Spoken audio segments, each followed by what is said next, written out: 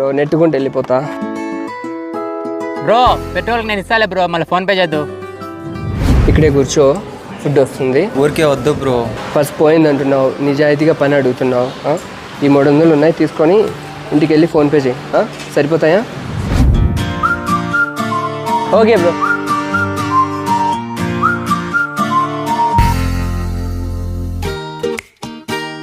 Thanks bro.